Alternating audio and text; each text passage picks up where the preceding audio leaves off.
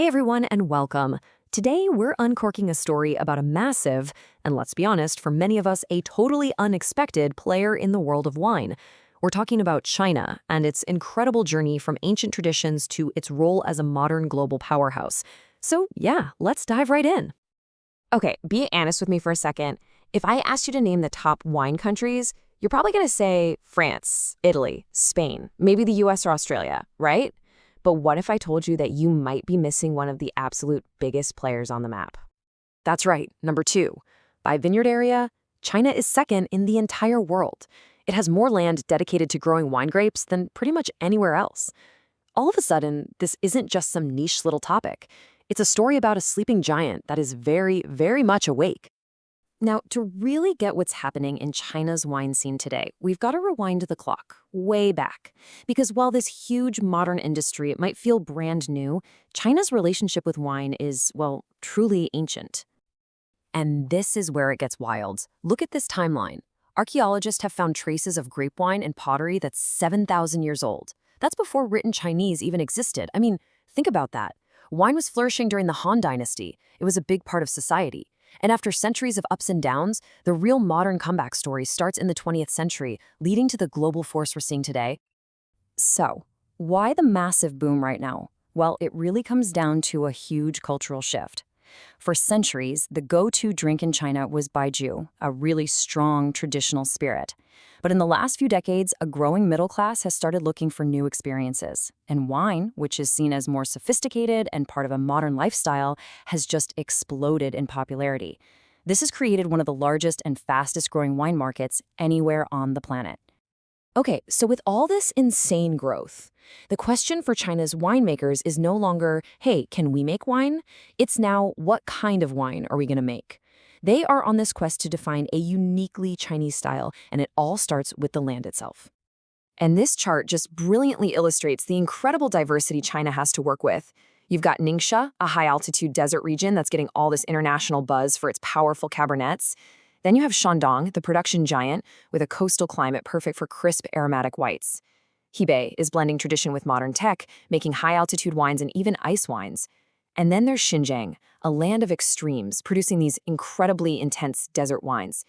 Each region is telling a completely different story. This diversity also spills over into the grapes themselves. It's kind of like a friendly debate. On one side, you have the international superstars like Cabernet Sauvignon. It's the king, it's globally recognized, and it grows beautifully in places like Ningxia. But on the other side, there's this really cool movement to champion unique local varieties. Grapes like Marselan, a French hybrid that just loves the climate in China, and native treasures like Longyan are seen as the real key to creating wines that are unmistakably, proudly Chinese. And it's not just the grapes, right? The producers themselves are all over the map. You have absolute giants like Chengyu, the country's oldest modern winery, and Great Wall, which surprised that massive domestic market.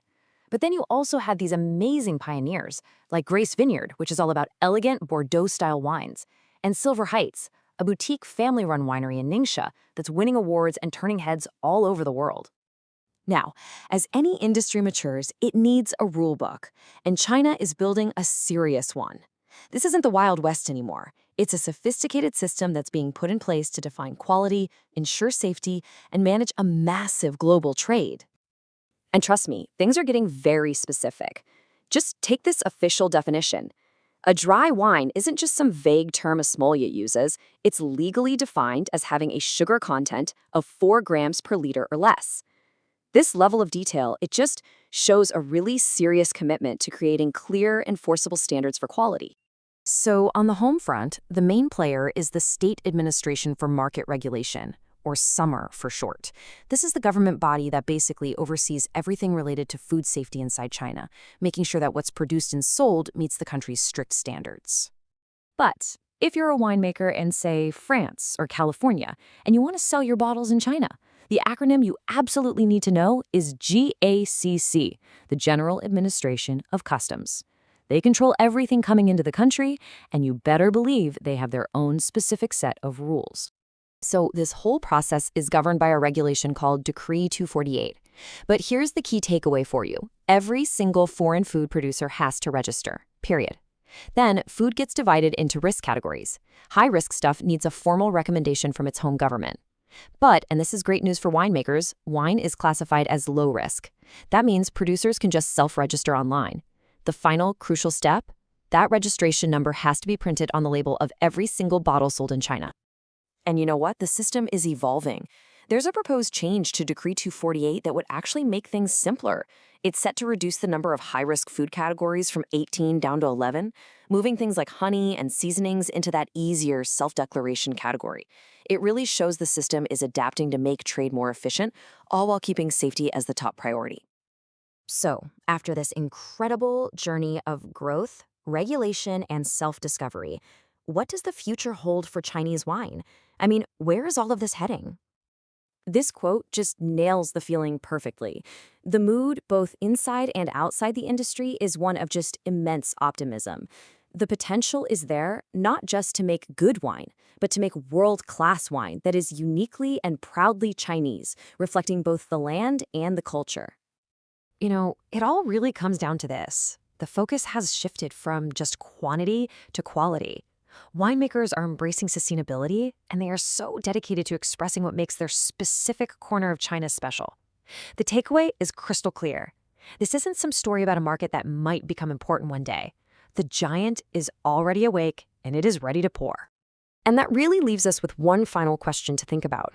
With all this momentum, this focus on quality, and this ambition, is it really so crazy to think that your next great discovery in wine, that bottle that just blows you away, might not come from a classic old world region, but from this new world powerhouse in the East?